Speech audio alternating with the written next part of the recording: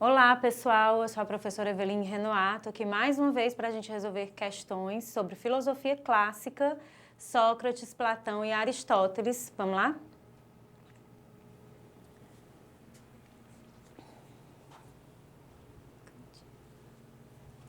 Vamos lá, primeira questão vai falar sobre Sócrates.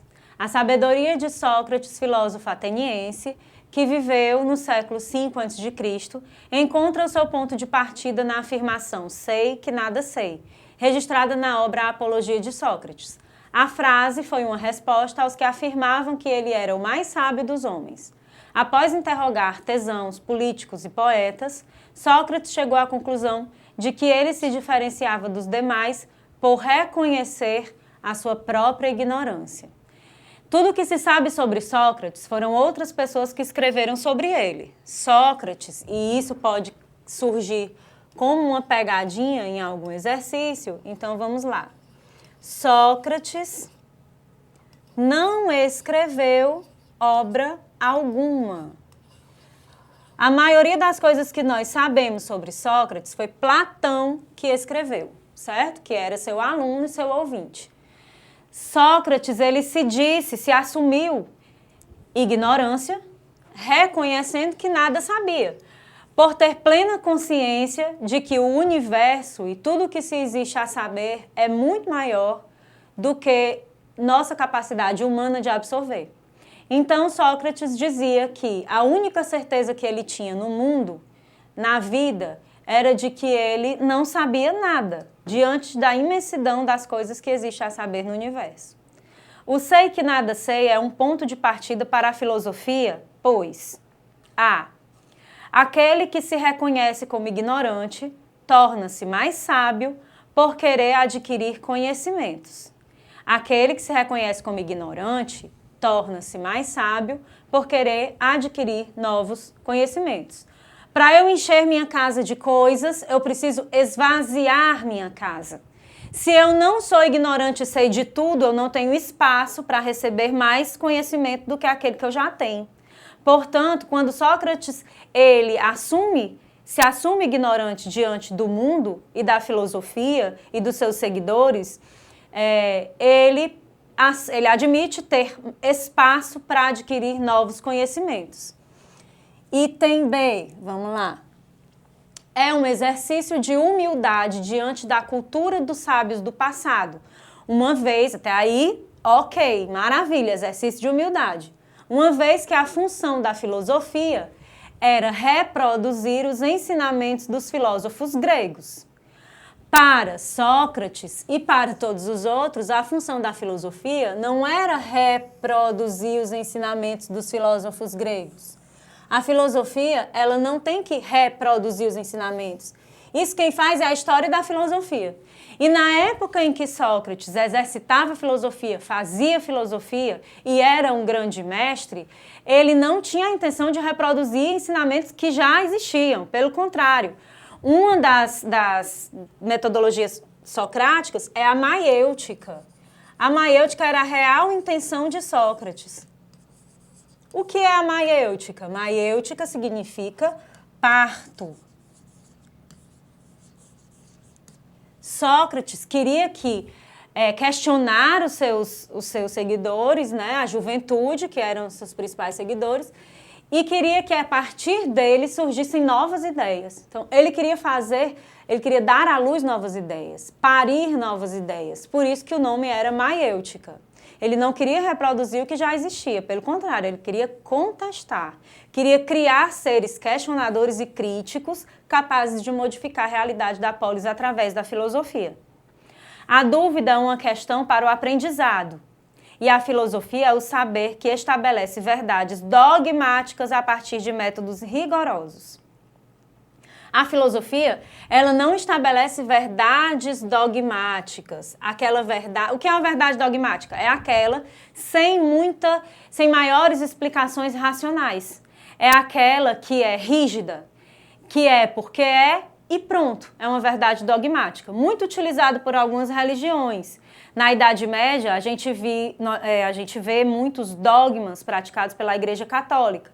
Verdades que não existia uma real intenção de explicá-las racionalmente, apenas de fazer valer a intenção por trás desta verdade.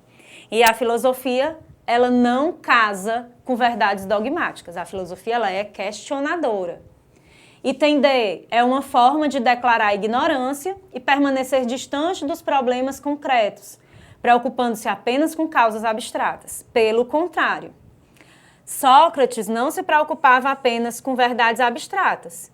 E o fato dele se declarar ignorante, declarar que não sabia de tudo, não significa que ele estava preocupado com verdades abstratas.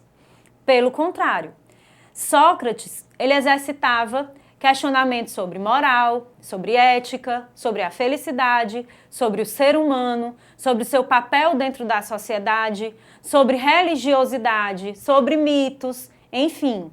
Não era declarar ignorância, não é uma forma de permanecer distante, pelo contrário, é uma forma de se aproximar da verdade e do conhecimento. Quando eu me declaro ignorante, é porque eu necessito de maiores informações. Quando eu digo que eu não sei alguma coisa, aí sim é que eu vou aprender algo.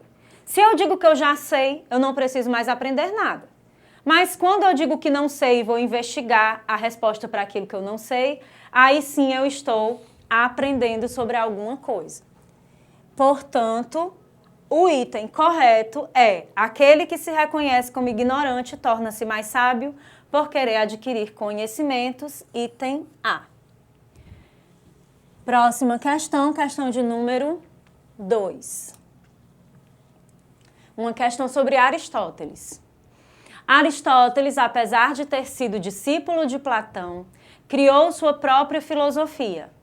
Uma das diferenças marcantes entre os dois é a importância dada aos fenômenos naturais do chamado mundo sensível. No mundo sensível, a mudança é constante, característica que Aristóteles procura explicar a partir das concepções de matéria, forma, potência e ato. Com base nos seus conhecimentos e no texto acima, assinale a alternativa que define corretamente a concepção aristotélica de ato e potência. Então vamos lá, ato e potência. Deixa eu logo esclarecer uma coisa. Tudo pode ser potência e ato ao mesmo tempo. As coisas, quando estão no momento presente, elas são ato. Quando estão no momento futuro, elas são potência. Ou seja, tudo aquilo que pode vir a ser é potência. E tudo aquilo que é presente.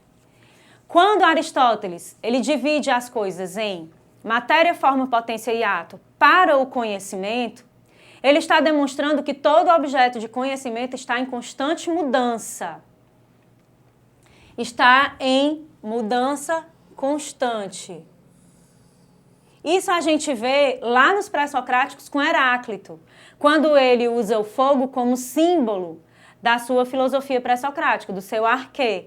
Porque Heráclito é aquele que utiliza a frase: ninguém se banha no mesmo rio duas vezes, ninguém entra no mesmo rio duas vezes, porque tudo está mudando o tempo todo. A pessoa que se banhou em um rio hoje, mesmo que ela vá para aquele mesmo rio no dia seguinte, a água não é mais a mesma. Isso é para simbolizar as coisas que se destroem, se refazem e se modificam o tempo todo. Por isso o fogo é o seu símbolo. Voltando para cá, em Aristóteles, Aristóteles vai utilizar a matéria, forma, potência e ato para desenhar, ilustrar essa mudança constante das coisas e dos objetos a serem conhecidos. Então, vou dar um exemplo físico, objetivo e simples. O leite, ele é o ato porque agora, no momento presente, ele é o leite. Mas o leite, ele é em potência o queijo, que é o que ele pode vir a ser, o futuro. Entenderam? Agora, assim, desenhando de uma maneira muito específica e objetiva, o ato é aquilo que é e a potência é o que vem a ser. Portanto, o queijo, quando é queijo no presente, ele não é mais potência, e sim ato. E o pão de queijo será potência, ou seja, aquele queijo é potencialmente um pão de queijo. Mas se ele é queijo no presente, ele é ato. Acho que assim fica mais simples de entender e talvez os nossos itens vão ajudar a esclarecer. Item A, a potência e o ato são conceitos que não se referem de fato às coisas materiais sujeitas à transformação. Opa! A potência e o ato são conceitos que se referem, sim, de fato, às coisas materiais sujeitas à transformação. Lembrem que Aristóteles se refere aos objetos a serem conhecidos. Objeto filosófico é qualquer coisa e pode vir a ser coisas materiais. Então, esse item está errado, porque a potência e o ato, ela pode se referir às coisas materiais. Item B. A potência é o momento presente, atual da matéria. Ato é o que ela poderá vir a fazer. É o contrário, nós acabamos de ver aqui. Aqui, ato é o presente, potência é o futuro. E quando ele diz que a potência é o momento presente, isso já está incorreto. Item C. A potência e o ato não se relacionam com a matéria. A potência e o ato estão diretamente relacionados à matéria. Estão diretamente relacionados. Por quê? Porque a matéria é a minha obra, minha matéria-prima, o meu material que será modificado. Então, está diretamente relacionado. Esse não torna a questão incorreta. A potência e o ato se relacionam com a matéria, diretamente. A matéria, ela está ali, naquele objeto modificado. Ela continua lá. Ela foi modificada, mas continua sendo matéria-prima. D. A potência é o que a matéria virá a ser, seu devir, o princípio do movimento. Ato é aquilo que ela é no presente. Item corretíssimo. A potência, ela é o devir, o que virá a ser aquele meu objeto.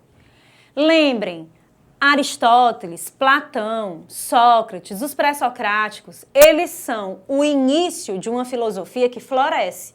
Não é preciso ter de que objeto eles estão falando especificamente, que conhecimento eles estão tratando especificamente. Eles falam do conhecimento de maneira ampla e objeto de investigação filosófica de maneira ampla, uma vez que objeto de investigação filosófica pode ser qualquer coisa. Item E, ato e potência têm a mesma essência em virtude estética. Ato e potência não têm a mesma essência em virtude estética, têm a mesma essência enquanto matéria. Mas esteticamente ela vai se modificando. O que é estética? É a forma harmoniosa dos elementos. Quando eu pego uma matéria-prima, eu vou transformando essa matéria-prima, ela não deixa de ser a matéria-prima inicial. Porém, ela não tem mais a mesma virtude estética, a mesma forma. Item correto, item D de dado. Vamos passar para a questão de número 3. Um dos textos mais consagrados da história da filosofia é a Alegoria da Caverna, escrita por Platão. Sobre esse texto, pode-se afirmar que existe uma animação, eu vou colocar aqui embaixo, para que as pessoas busquem assistir, porque é muito platônico e muito mitologia da caverna, Alegoria da Caverna, que se chama Os Crudes. É uma animação que ilustra muito bem a Alegoria da Caverna, de uma maneira de uma maneira fabulosa, de uma maneira muito lúdica e simples, porque é para crianças, e de uma maneira até romântica, mas que é uma ótima, uma excelente adaptação. Um dos textos mais consagrados de Platão é a Alegoria da Caverna. Como a gente bem diz aqui no enunciado, é uma alegoria. Uma alegoria é uma história fantasiosa que pode ser aplicada em várias situações. O que é a caverna de Platão? A alegoria da caverna. É uma caverna onde homens estão acorrentados uns aos outros. Existem algumas pessoas que manipulam objetos por detrás desses homens. uma fogueira que ajuda a projetar as sombras desses objetos na parede da caverna. Esses homens só enxergam uns aos outros e as sombras projetadas. Um deles se solta das correntes e sai da caverna.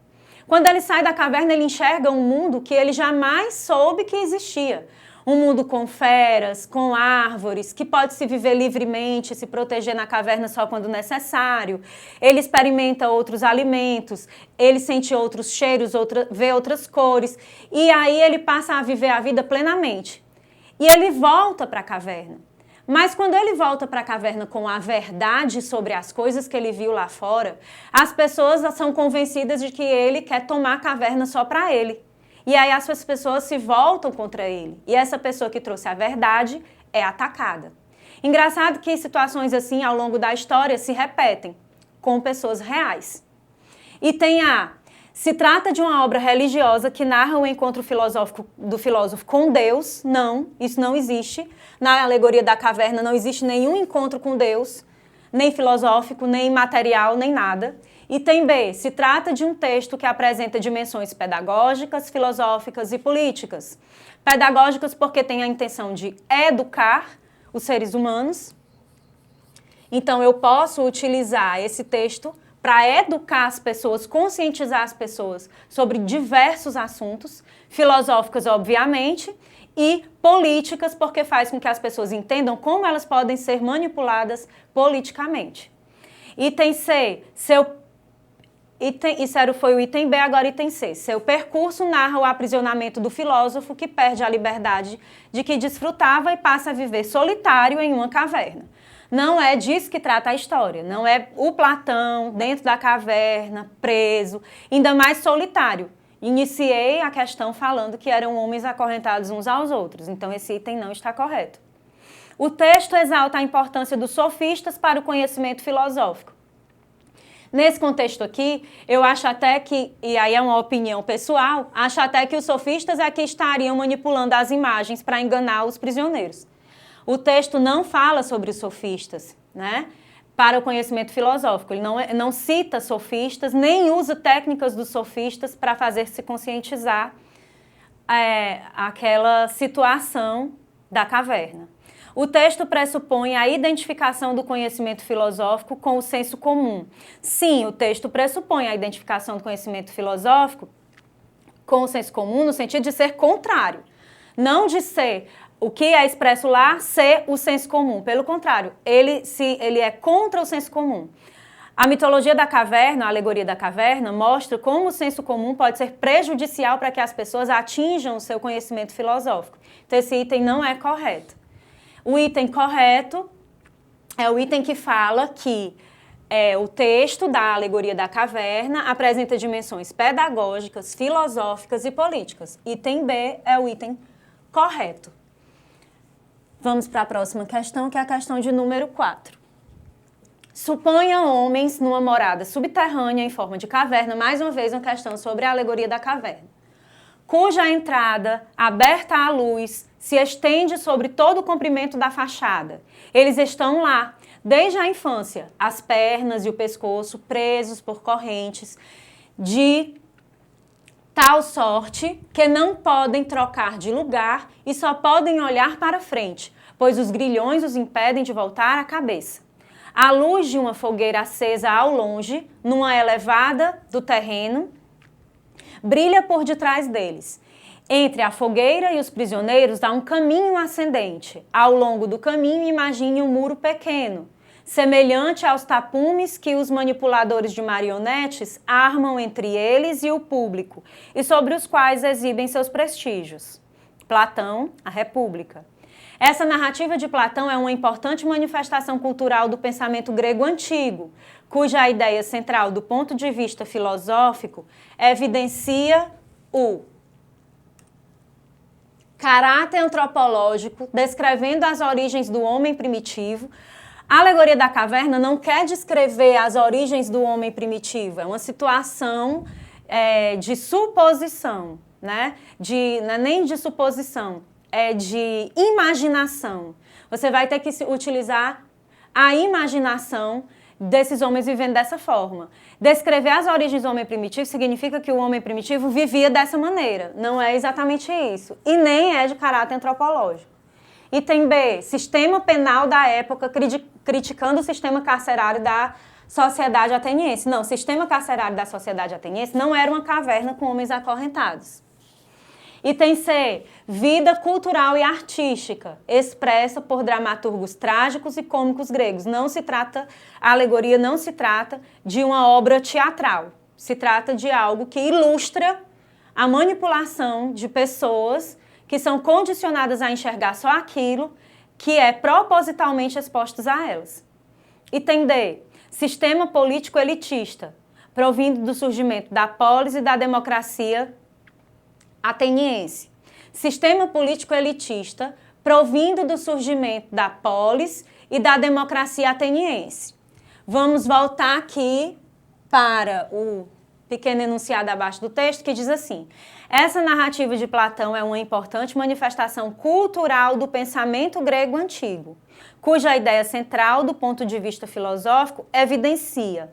Então, ele quer saber o que Platão, com esse texto, evidencia da cultura da época, da cultura da Grécia Antiga.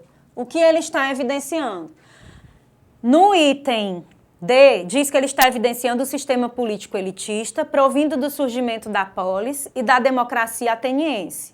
Vamos guardar esse item. Item E, teoria do conhecimento, expondo a passagem do mundo ilusório para o mundo das ideias. Bom, o item E, ele é completamente focado na filosofia e não na cultura da época. Ele é completamente focado na filosofia platônica, que vai falar sobre o mundo das ideias e o mundo ilusório. Ali eles viviam um mundo ilusório? Viviam realmente, eles viam aquelas sombras projetadas. Era o que eles enxergavam, é sensível. E aí quando um sai, ele tem acesso ao mundo das ideias, a uma verdade racional. Não exatamente, ele conhece uma outra verdade. Mas isso poderia sim ilustrar a passagem do mundo sensível para o mundo das ideias. Porém, o que a questão pede é o que Platão gostaria de evidenciar com esse texto da cultura da Grécia Antiga, o sistema político elitista, provindo do surgimento da polis e da democracia ateniense. Mas a democracia ateniense era elitista? A democracia ateniense, ela era elitista? Era, porque nem todas as pessoas eram consideradas cidadãs. E as pessoas que eram consideradas cidadãs e tinham participação política ateniense eram pessoas ligadas, é o item D, é o item correto. Eram pessoas, as pessoas que tinham participação política, elas faziam parte da elite. Mulheres, crianças, estrangeiros, escravos, não eram considerados cidadãos, portanto, não tinham participação política na vida ateniense. E a questão de número 5, a opinião, doxa em grego, lembrando, a opinião e doxa é aquele conhecimento originado da sensibilidade, originado no empirismo. São impressões rasas. São impressões rasas. A opinião é aquilo que eu rapidamente consigo aprender dos meus sentidos e aí eu formo uma ideia com relação a isso. A opinião no pensamento de Platão representa um saber sem fundamentação metódica. É um saber que possui sua origem nos mitos religiosos, lendas e poemas da Grécia arcaica. B, nas impressões ou sensações advindas da experiência sensível. C, no discurso dos sofistas na época da democracia ateniense, num saber eclético proveniente de algumas ideias dos filósofos pré-socráticos. É originado no empirismo. Então, não é nos mitos, nem nos poemas da Grécia Antiga, a opinião, o doxa. O doxa, essa questão é muito objetiva. Se ele é originado no empirismo, obviamente, ele tem origem nas impressões ou sensações advindas da experiência sensível. Não é do discurso, porque o discurso leva a uma investigação racional, a um pensamento, não leva em consideração sensações empíricas. e nem é das ideias dos filósofos pré-socráticos, porque esses filósofos pré-socráticos, eles buscavam exatamente a investigação racional e não a investigação empírica. Questão de número 6. Segundo Aristóteles, na cidade com o melhor conjunto de normas, naquela dotada de homens absolutamente justos, os cidadãos não vivem uma vida de trabalho trivial ou de negócios. Esses tipos de vida são desprezíveis e incompatíveis com as qualidades morais. Tampouco devem ser agricultores os aspirantes à cidadania, pois o lazer é indispensável ao desenvolvimento das qualidades morais e à prática das atividades políticas. O que Aristóteles está dizendo aqui, e Aristóteles era um cara extremamente aristocrata, digamos assim, Aristóteles está dizendo aqui que homens justos, cidadãos, não devem viver uma vida de trabalho trivial. Agricultores, artesãos, pessoas que trabalham duro, elas não podem chegar ao poder, porque não devem ser considerados nem cidadãos. Então é uma ideia extremamente elitista de uma organização social. E diz que o lazer é indispensável ao desenvolvimento das qualidades morais e à prática das atividades políticas. Então o homem ele só vai conseguir ser um cidadão virtuoso, moralmente bom, se ele tem momentos de ócio, lazer. Ele não pode estar afogado no trabalho o tempo todo, porque em que momento ele vai pensar sobre essas questões éticas e morais? O trecho retirado da obra Política de Aristóteles permite compreender que a cidadania, possui uma dimensão histórica que deve ser criticada, pois é condenável que os políticos de qualquer época fiquem entregues à ociosidade. Já não é correto, porque aqui ele diz que um político, um cidadão, uma pessoa moralmente virtuosa, ela não pode fazer uso de um trabalho trivial ou de negócios o tempo inteiro. Portanto, esse item já não está correto. Enquanto o resto dos cidadãos tem de trabalhar, né? O restante do item. Item B. Era entendida como uma dignidade própria dos grupos sociais superiores, fruto de uma concepção política profundamente hierarquizada da sociedade.